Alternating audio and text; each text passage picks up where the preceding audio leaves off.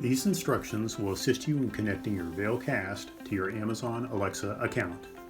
To do this, you will need to download the VailCast app onto your phone. Go to the App Store for your phone and search under VailCast.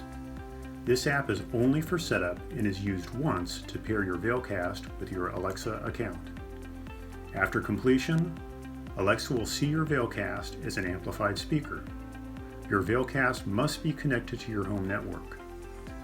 There are separate instructions on how to do this if you haven't done so already.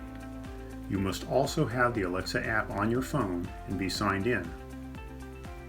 We're using an iPhone here, but these steps are identical on an Android phone.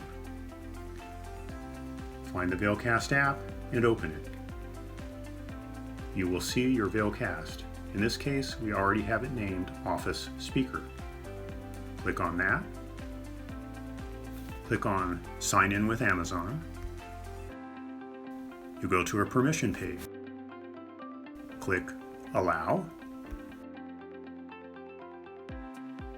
Your VailCast is now connected to your Amazon Alexa account.